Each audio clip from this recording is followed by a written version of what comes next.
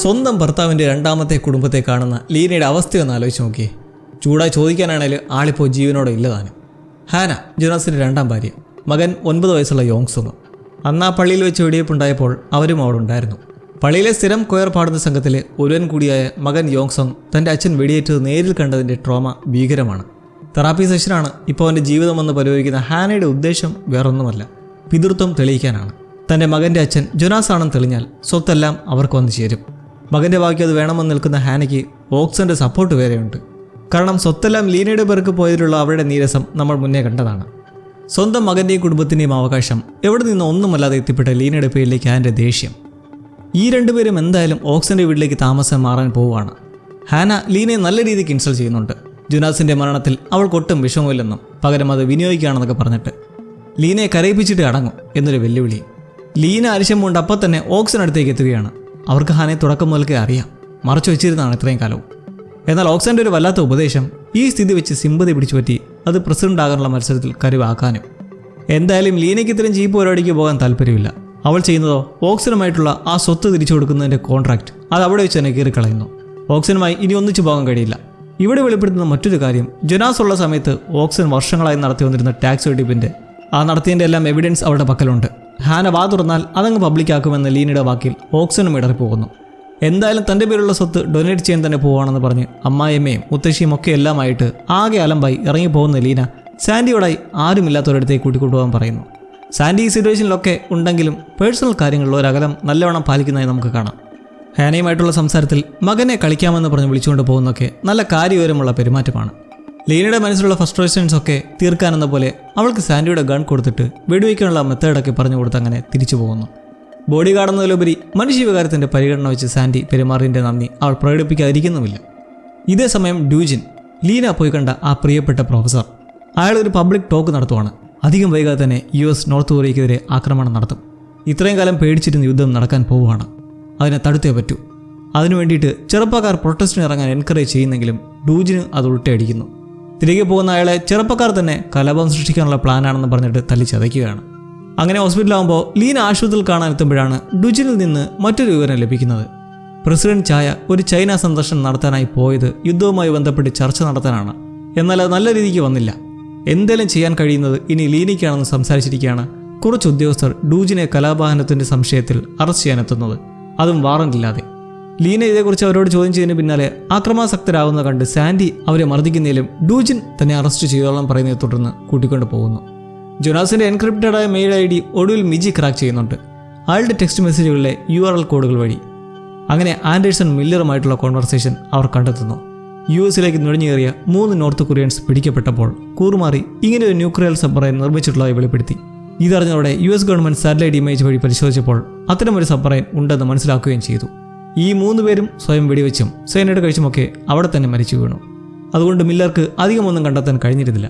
പക്ഷേ റിസർച്ചിൽ Stella young എന്ന American ആയുധ ലോബിയുമായി ബന്ധപ്പെട്ട ഒരു സ്ത്രീയാണ് സബ്മറൈന് വേണ്ട വസ്തുക്കളുടെ പർച്ചേസ് നടത്തിയെന്ന് കണ്ടെത്തി. സ്റ്റെല്ല യങ് 10 കൊല്ലം മുമ്പ് സൗത്ത് കൊറിയയിലേക്ക് ചേക്കേറി. അവൾ ഇപ്പോഴും അവിടെ തന്നെ ഉണ്ട്. ഒടുവിൽ ലീനയും സംഘവും കണ്ടെത്തുന്ന ജോനാസിൻ്റെ അവസാനത്തെ മെയിലാകട്ടെ സ്റ്റെല്ല യങ്ങിനെ ഒടുവിൽ കണ്ടെത്തിയെന്നും അതൊന്ന് തെളിയിക്കാൻ ശ്രമം നടത്തുവാണെന്നുമുള്ളത്. തൻ്റെ ഭർത്താവിൻ്റെ മരണത്തിന് കാരണം അപ്പോൾ സ്റ്റെല്ല യങ് ആണോ എന്ന് സംശയിക്കാൻ ഇത് തന്നെ ധാരാളം.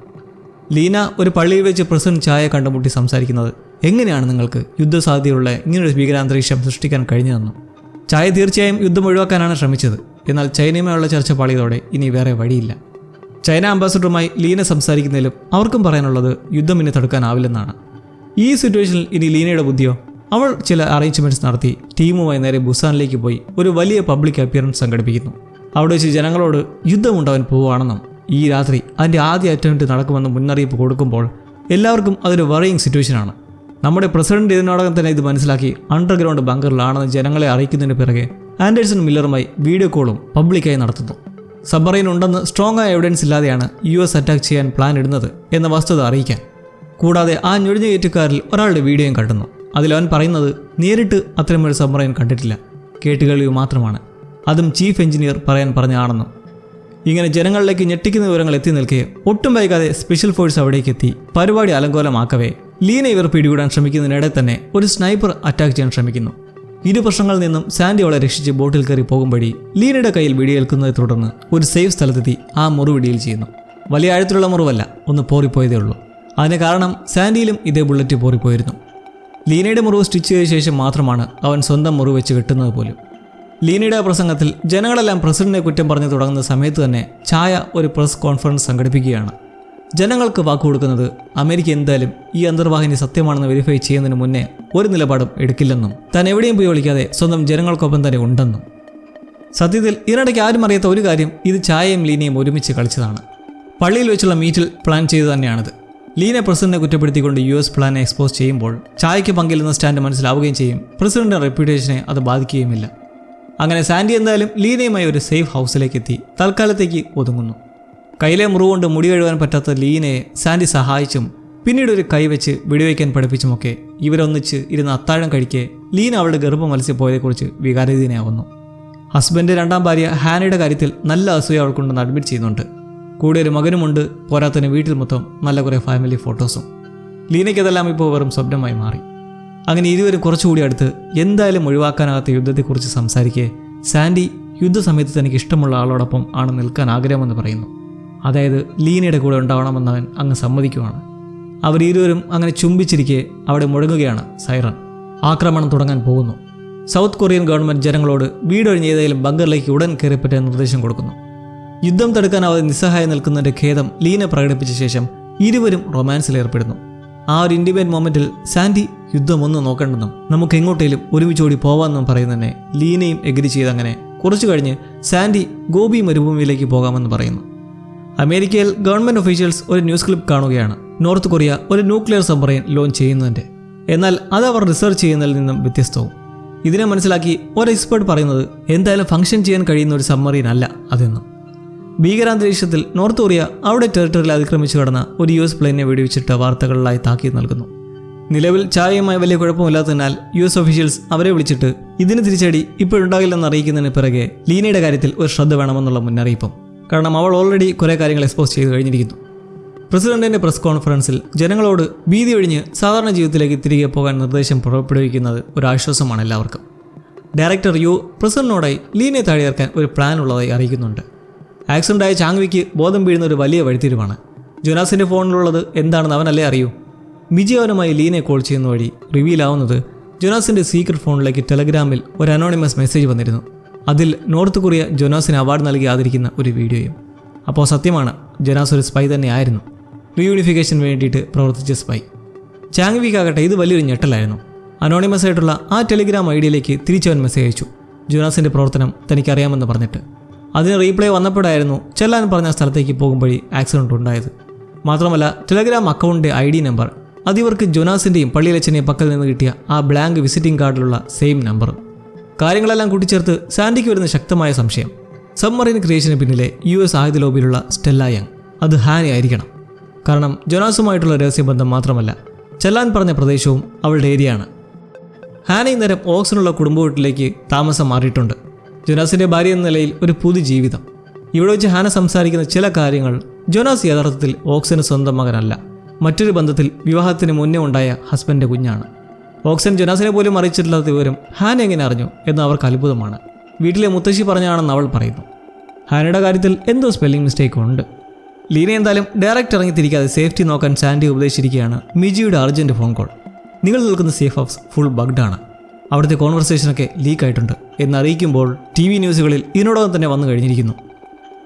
രാത്രി റൊമാൻസ് ടൈമിൽ സാൻഡി യുദ്ധം ഗവനിക്കാതെ എവിടേക്കെങ്കിലും ഓടിപ്പോകുമെന്ന് പറഞ്ഞതും യോജിപ്പ് പ്രകടിപ്പിച്ച ലീനയുടെയും ലീക്ഡ് ഓഡിയോ. പ്രസിഡന്റ് സ്ഥാനാർത്ഥിയായി നിൽക്കെ ഇങ്ങനൊരു ലീക്ക് വന്നാൽ പിന്നെ ഇനി എന്താകുമെന്ന് പ്രത്യേകിച്ച് പറയണ്ടല്ലോ. സാൻഡി ഫ്രസ്ട്രേറ്റഡായി അവിടെ മൊത്തം നോക്കുന്നതിലും ഒരു ബഗ്ഗും കണ്ടെടുക്കാൻ കഴിയുന്നില്ല. എന്തായാലും ഇനി മംഗോളിയയിലേക്ക് കപ്പൽ കയറാമെന്ന് പറയുന്നതുൾപ്പെടെ ആരോ കേൾക്കുന്നു എന്നറിയുമ്പോൾ സംശയം വരുന്നത് അവൻ്റെ വാൽക്കരി ഏജൻറ്റിനെയാണ്, ഈതനെ. മുന്നേ സാൻഡിയുടെ വയർലെസ്സിൽ അയാൾ ബഗ് വെച്ച് നമ്മൾ കണ്ടിരുന്നു. സാൻഡി ഉടൻ തിരിച്ചു വരാമെന്നങ്ങനെ പ്രിപ്പയർഡായി ഈതനടുക്കലേക്ക് പോകുമ്പോൾ എന്നാൽ യഥാർത്ഥത്തിൽ ആ ബഗ് വേറൊന്നിലുമല്ല. ഒരിക്കൽ ലീന സാൻഡിയെ ട്രാക്ക് ചെയ്യാനായി മാലയിൽ സ്ഥാപിച്ചതാണ്. ലീക്ഡ് ഓഡിയോ വളരെ ശ്രദ്ധയോടെ കേട്ട് ഇത് മനസ്സിലാക്കുന്നതിന് പിറകെ സാൻഡി പോയത് എങ്ങോട്ടേക്കെന്നും നടക്കുന്ന കാര്യങ്ങളും ലീന ഫോണിലൂടെ അറിയുന്നു. ലീന ബഗ് വയ്ക്കാനായി എത്തിയ സ്ഥലത്ത് അവളറിയാതെ ആരോ പിന്തുടരുന്നുണ്ടായിരുന്നു. ആ ആൾ വഴിയാണ് എന്തായാലും ഇപ്പോൾ ഓഡിയോ ഇങ്ങനെ പുറത്ത് വന്നിട്ടുള്ളത്. ഈതനോട് ചെന്നിട്ട് അടിയിടുമ്പോൾ അവന് സംഭവം എന്താണെന്ന് അറിയത്ത പോലുമില്ല. ജീവരക്ഷയ്ക്ക് ഈതനും പ്രതികരിക്കുന്ന ഇടയ്ക്ക് അവിടേക്ക് പ്രസിഡന്റിന്റെ ഡയറക്ടറായ ലു ഒരു പോലീസ് അംഗവുമായി എത്തുന്നു. സാൻഡിയെ കീഴ്പ്പെടുത്തി പറയുന്നതാകട്ടെ ലീനയെ സംരക്ഷിക്കാൻ നിർദ്ദേശിച്ച ആ ക്ലയൻറ്റ് നോർത്ത് കൊറിയയുടെ ഡിഫൻസ് കമ്മീഷനിലുള്ള ലീഡറായ ഹാൻസങ് ആണെന്ന്. അങ്ങനെ വരുമ്പോൾ ഈ സൗത്ത് കൊറിയയിൽ സാൻഡിയും ഒരു സ്പൈ ആണെന്ന് പറയുന്നതോടൊപ്പം അവൻ്റെ മുത്തശ്ശി ഇപ്പോൾ തങ്ങളുടെ കസ്റ്റഡിയിലുള്ളതായി ലൂ വെളിപ്പെടുത്തുന്നു. തിരിച്ചു വേണമെങ്കിൽ ചെയ്യേണ്ടത് ഒന്ന്, പറഞ്ഞ പോലെ ലീനയെ മംഗോളിയയിലേക്ക് പോകുന്ന കപ്പലിലേക്ക് കയറ്റുക.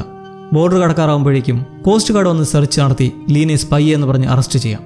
സാൻഡിക്ക് സാഹസ്യമായി കപ്പലിൽ നിന്ന് ചാടി രക്ഷപ്പെടാനും ഒരു അവസരമുണ്ടാകും. ലൂവിൻ്റെ സംസാരത്തിൽ മുത്തശ്ശി രക്ഷിക്കാൻ വേറെ വഴിയില്ലാതെ സാൻഡിക്ക് അതിനോട് യോജിക്കേണ്ടി വരുന്നു. ഇതെല്ലാം കേട്ട് കാര്യങ്ങൾ മനസ്സിലാക്കുന്ന ലീനയുടെ ചങ്ക് തകരുന്നത് സാൻഡിയെ വിശ്വസിച്ചതിലാണ്. അവൻ്റെ ഉള്ളിൽ ഇത്ര രഹസ്യങ്ങളുണ്ടെന്ന് ഊഹിച്ചിരുന്നതില്ല. അവിടെ മൽപ്പിടുത്തതിനിടയിൽ സാൻഡിയുടെ മാല പൊട്ടി വീണ് ചവിട്ടി പൊട്ടിക്കുന്നതോടെ ആ ട്രാക്കർ പുറത്തു വന്ന് കാണുന്ന സാൻഡിയും ഷോക്ക്ഡാവുന്നു. അങ്ങനെ സാൻഡി തിരികെ എത്തുമ്പോൾ പക്ഷേ ലീന അവിടെ ഇല്ല. അവൾ തോക്കുമായി അവിടെ നിന്ന് ഇറങ്ങിപ്പോയിരുന്നു. വിശ്വാസവഞ്ചനയിൽ മനന്നൊന്ത് എവിടെയോ കിടക്കുന്ന അവളുടെ കയ്യിലുള്ള ജൊനാസിൻ്റെ ആ സീക്രട്ട് ഫോണിലേക്ക് ഒരു മെസ്സേജ് വരികയാണ്. അതും അനോണിമസായ ആ ടെലിഗ്രാം പ്രൊഫൈലിൽ നിന്നും. ന്യൂക്ലിയർ സബ്മറൈൻ സത്യമാണ്, ഇറ്റ് എക്സിസ്റ്റ്. എന്നിട്ട് അതിൻ്റെ ഒരു വീഡിയോ ഫുട്ടേജും. നിങ്ങൾ ആരാണെന്നുള്ള ലീനയുടെ ചോദ്യത്തിന് ഒരു തുറമുഖത്ത് വെച്ച് കണ്ടുമുട്ടാൻ പറയുന്ന മെസ്സേജിൽ ടെമ്പസ്റ്റിൻ്റെ മറ്റൊരു അധ്യായവും ഇവിടെ തീരുവാണ്. അപ്പോൾ ചങ്ങായിമാരെ, പുതിയ കാഴ്ചകളുമായി കാത്തിരുന്ന് കാണാം.